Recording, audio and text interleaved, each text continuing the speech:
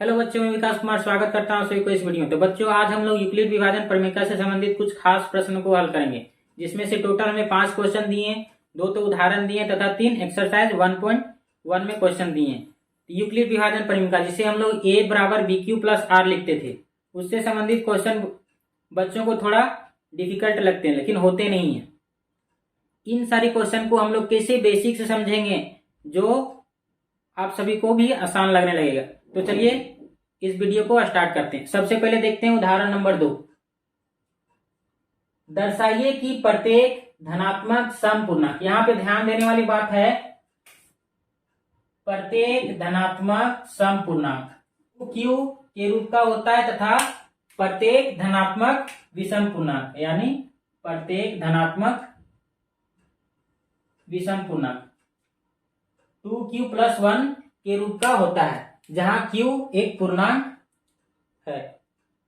तो सबसे पहले समझते हैं कि धनात्मक समपूर्णांक तथा धनात्मक विषम पूर्णांक संख्याएं होती क्या है। हम लोग पूर्णांक संख्याओं के बारे में जान चुके हैं, जो कुछ इस प्रकार से होती है, जैसे 0, इधर से लिखेंगे 1 2 3 4 से लेकर अनंत तक। अगर इधर लिखेंगे तो -1 -2 -3 से लेकर अनंत तक। ये सारी पूर्णांक संख्याएं, जिसमें से 0 ना ही धनात्मक होता है ना ही ऋणात्मक। इधर जो भी सारी संख्याएं होती है 0 के दाएं तरफ धनात्मक पूर्णांक,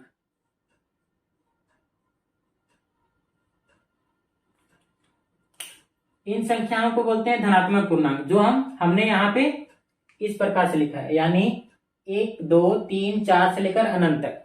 धनात्मक पूर्णांक संख्याओं को हम लोग प्राकृत संख्याएं भी बोल सकते हैं। उसमें से धनात्मक सम पूर्णांक, हम लोग सम संख्याओं के बारे में जानते हैं। सम संख्या किसे बोलते हैं? जो संख्याएं 2 से पूरी तरह विभाजित हो जाती है उसे सम संख्या बोलते हैं। जैसे यहाँ पे धनात्मक सम पूर्णांक, इन संख्याओं को धनात्मक संख्याएं बोलते हैं, धनात्मक पूर्णांक संख्या बोलते हैं। उसी में से सम पूर्णांक को छाट लिए, जैसे 2 4 6 8 इस तरह वाली संख्या धनात्मक विषम संख्या। यहाँ पे धनात्मक विषम पूर्णांक हो गए 1 3 5 7 से लेकर इंफिनिटी तक। बच्चों को अक्सर कंफ्यूजन होता है कि कैसे पहचानें कि ये सब क्वेश्चन यूक्लिड विभाजन प्रमेय से ही संबंधित हैं। तो एक बात बता देना चाहते हैं, यहाँ पे प्रत्येक क्वेश्चन में या तो धनात्मक पूर्णांक संख्याओं के बारे में बात हो रही होगी, या तो धनात्मक सम पूर्णांक संख्याओं के बारे में बात हो रही होगी, या तो धनात्मक विषम पूर्णांक संख्याओं के बारे में। यानी जितने भी सारे क्वेश्चन है यही तीनों संख्याओं के बारे में ही बात हो रही होगी। अगर ये सब तीनों संख्याओं के बारे में बात हो रही है, इसका मतलब वो सारी क्वेश्चन यूक्लिड विभाजन प्रमेय से संबंधित होगी। तो इस क्वेश्चन को हम लोग कैसे हल करेंगे, चलिए आइए देखते हैं। हम लोग जानते हैं यूक्लिड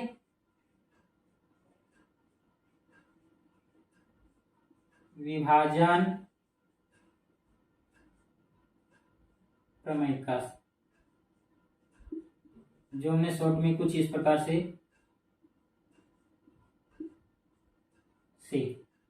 अगर a तथा b कोई धनात्मक पूर्णांक है, कोई धनात्मक पूर्णांक है, तो अगर a तथा b कोई धनात्मक पूर्णांक है तो अगर इस तरह से रहेगा तो हम इसको a बराबर बी क्यू प्लस आर लिख सकते हैं, जहां r कहां से कहां तक होगी, 0 से बड़ा या तो 0 के बराबर और b से छोटा। अगर इसको इस प्रकार से समझ सकते हैं, मान लेते हैं 16 को हमको भाग देना है 3 से, इसको किस प्रकार से भाग दे सकते हैं, 3 का टेबल में 5 बार में जाएगा 15, शेष पर कितना बचेगा 1। इसको हम लोग इस प्रकार से लिख सकते हैं, 16 बराबर 3 गुना 5 प्लस 1। यानी यहाँ पे 16, ए को दर्शा रहा है 3, बी को दर्शा रहा है 5, क्यू को दर्शा रहा है 1, क्या चाहिए मेरा शेषफल यानी आर को दर्शा रहा है।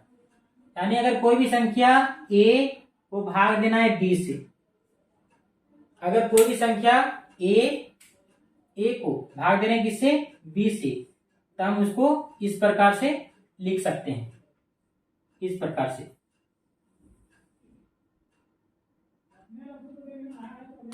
जहां बी क्या चाहिए मेरा क्यू क्या चाहिए मेरा भागफल तथा आर शेषफल है। यानी अगर ये तथा बी कोई धनात्मक पूर्णांक दिया रहेगा तभी हम इस प्रकार से लिख सकते हैं। यहाँ पे क्वेश्चन में दिया है धनात्मक पूर्णांक संख्याओं के बारे में बात हो रहा है। धनात्मक पूर्णांक संख्या, उनमें से सम को छाट लिया, आखिर है तो ये धनात्मक संख्या है ना, उनमें से सम संख्याओं को छाट लिया गया। इसके अलावा प्रत्येक धनात्मक विषम पूर्णांक, आखिर धनात्मक विषम पूर्णांक है तो ये धनात्मक संख्या है ना, उनमें से विषम संख्याओं को छाट लिया गया।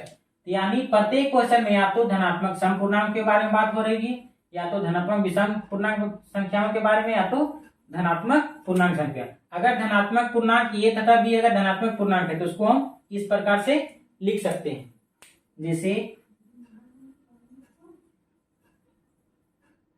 ए बराबर बी क्यू प्लस आर, जहां आर कहां से कहां तक होगी 0 या तो 0 के बराबर और बी से छोटा। यहाँ पे बी क्या चाहिए 3, आर कितना है 1, आर कितना है बी से छोटा ही है ना, यानी प्रत्येक स्थिति में आर हमेशा बी से छोटा ही रहेगा। यूक्लिड विभाजन प्रमेयिका से संबंधित जितने भी सारे क्वेश्चन होंगे यहाँ पे प्रत्येक स्थिति में बी को ही फिक्स करना है, बी को फिक्स करके हमें प्रत्येक स्थिति में ए का मान निकालना है। यहाँ सबसे पहले इस कंडीशन को समझते हैं, आखिर ये है क्या। अगर मान लेते हैं बी बराबर कोई वैल्यू रख देते हैं, जैसे मान लेते हैं 0, आर क्या चाहिए 0 से बड़ा है या तो 0 के बराबर, और बी बराबर मान लेते हैं 3 है, यानी 0 से 3 के बीच आर का वैल्यू। इसको इस प्रकार से लिख सकते हैं 0, 1, 2, 3। यहाँ पे ध्यान देने वाली बात है 0 में क्या चाहिए बराबर का साइन, इसका मतलब 0 लेना है, यानी आर में 0 शामिल है, लेकिन 3 में बराबर का साइन नहीं लगा, इसका मतलब 3 को नहीं लेना है। एक और उदाहरण देते हैं, जैसे 0, आर 6, यानी आर का वैल्यू 0 से 6 के बीच रहेगा, उसमें से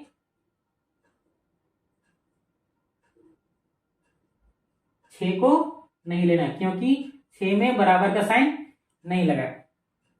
अगर इस क्वेश्चन में देखेंगे तो यहाँ पे b का मान कितना है 2, b का मान कितना है 2। अगर इस इक्वेशन में अगर b का मान रखेंगे तो यहाँ पे माना कि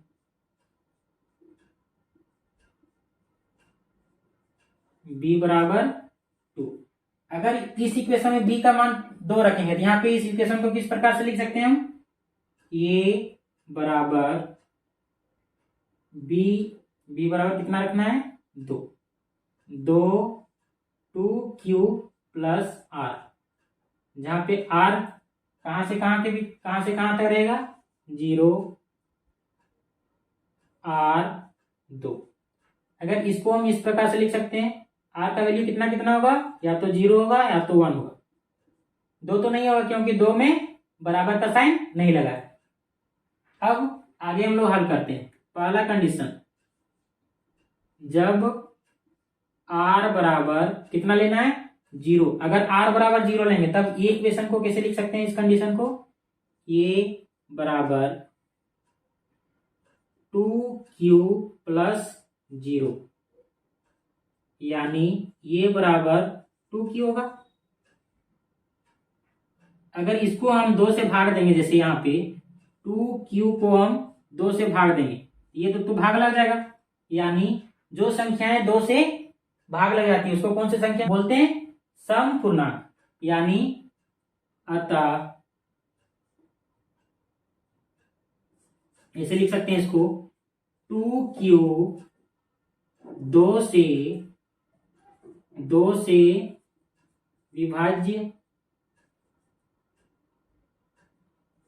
विभाजित है, अतः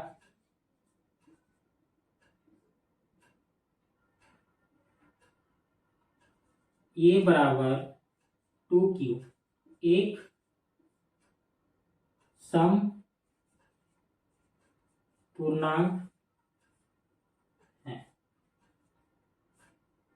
पहला कंडीशन। दूसरा कंडीशन कैसे लिख सकते हैं?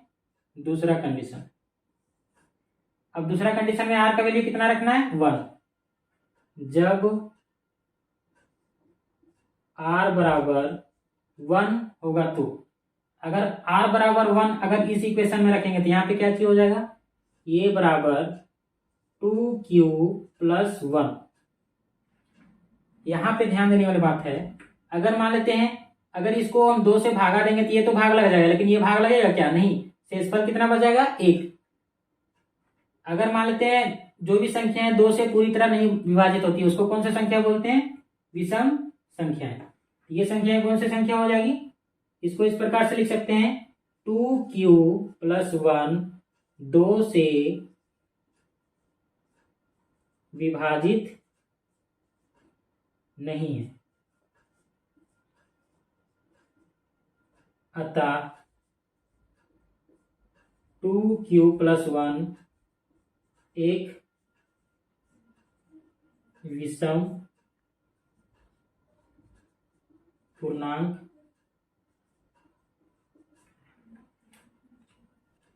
अगला उदाहरण है 3।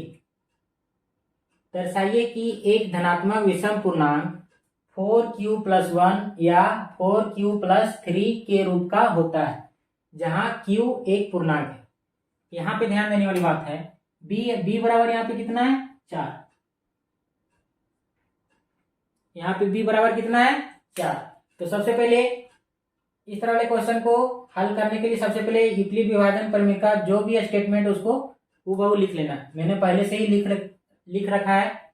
यहाँ पे क्या चीज करते हैं? अब b बराबर 4 रखते हैं इस इक्वेशन में। अगर b बराबर 4 रखेंगे कुछ इस प्रकार से लिख सकते हैं इसको,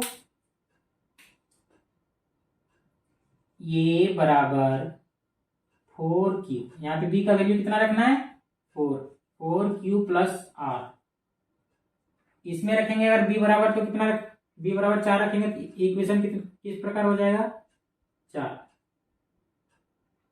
r का कौन कौन सा वैल्यू पॉसिबल हो सकता है? यहाँ पे r बराबर या तो 0 होगा, या तो 1 होगा, या तो 2 होगा, या तो 3। 4 को लेना नहीं क्योंकि यहाँ पे 4 में बराबर का साइन नहीं लगा हुआ, यानी r का 4 वैल्यू पॉसिबल हो सकता है। तो चारों को हम एक एक करके इस इक्वेशन में रखेंगे और a का वैल्यू फाइंड करेंगे। तो चलिए सबसे पहले r बराबर 0 रखते हैं, यानी फर्स्ट कंडीशन, जब r बराबर 0 हो तो, अगर r बराबर यहाँ पे 0 रखेंगे तो ये इक्वेशन किस प्रकार से बन जाएगा? a बराबर 4q + 0, यानी a बराबर 4q। ये संख्या क्या चाहिए? सम संख्या, क्योंकि अगर इसको 2 से भाग करेंगे तो ये 2 से पूरी तरह विभाजित हो जाएगा। अतः 4q 2 से विभाजित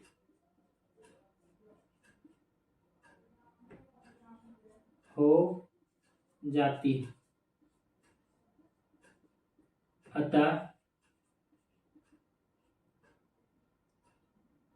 4q एक कौन सी संख्या होगी?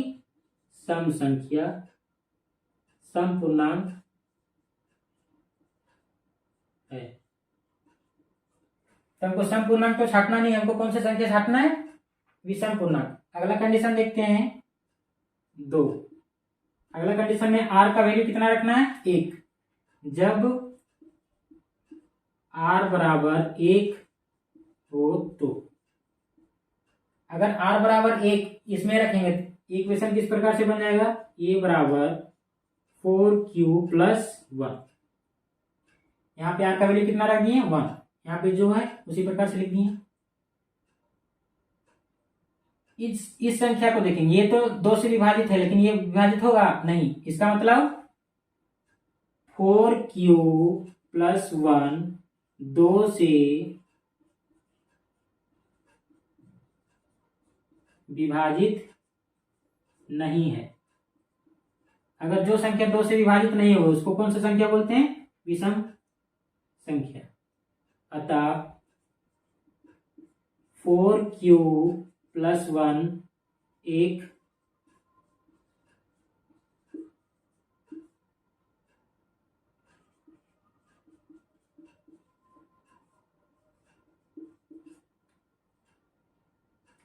अगला कंडीशन देखते हैं, यहां पे कुछ लिख लेते हैं 3। अगला कंडीशन में r का वैल्यू कितना रखना है, 2। जब r बराबर 2 हो तो, अगर r बराबर 2 इसमें रखना है, इस इक्वेशन में, तो ये बराबर कितना हो जाएगा, a बराबर 4q प्लस 2। इसको हम इस प्रकार से लिख सकते हैं, 2 अगर कॉमन लेंगे तो 4, यहाँ पे कितना बच जाएगा, 2q प्लस 1। अगर इसको हम 2 से भाग करेंगे, जैसे इसको अगर इधर देखेंगे, यहाँ पे देखो 2q प्लस 1, इसको अगर 2 से भाग करेंगे तो ये पूरी तरह विभाजित होगा। इसका मतलब ये संख्या क्या चाहिए, एक सम संख्या, क्योंकि ये 2 से विभाजित हो जाती है। तो इसको लिख सकते हैं 4q प्लस 2 2 से विभाजित है। अतः 4q प्लस 2 एक सम पूर्णांक है। अगला कंडीशन क्या चीज बनेगा, चौथा नंबर। अब r का वैल्यू कितना रखना है, 3। जब r बराबर 3 हो तो, अगर r बराबर 3 इस इक्वेशन में रखेंगे तो क्या चीज हो जाएगा, a बराबर 4q प्लस 3। ये संख्या 2 से विभाजित हो जाएगी लेकिन ये वाला होगी नहीं, अतः इसको लिख सकते हैं 4q प्लस 3 2 से विभाजित नहीं है। अतः 4q प्लस 3 एक विषम पूर्णांक।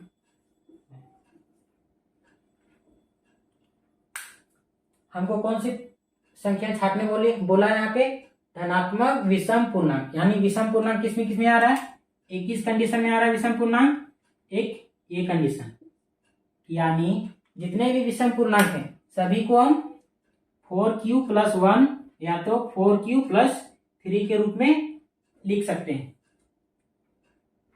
तो स्टूडेंट्स, अगर वीडियो अच्छा लगा हो तो लाइक कीजिएगा, शेयर कीजिएगा, कमेंट कीजिएगा, और अगर इस चैनल में नए होंगे तो चैनल को सब्सक्राइब भी कर लीजिएगा, ताकि आगे आने वाले जितने वीडियो उनका अपडेट आपको तुरंत से तुरंत मिलेगा। धन्यवाद।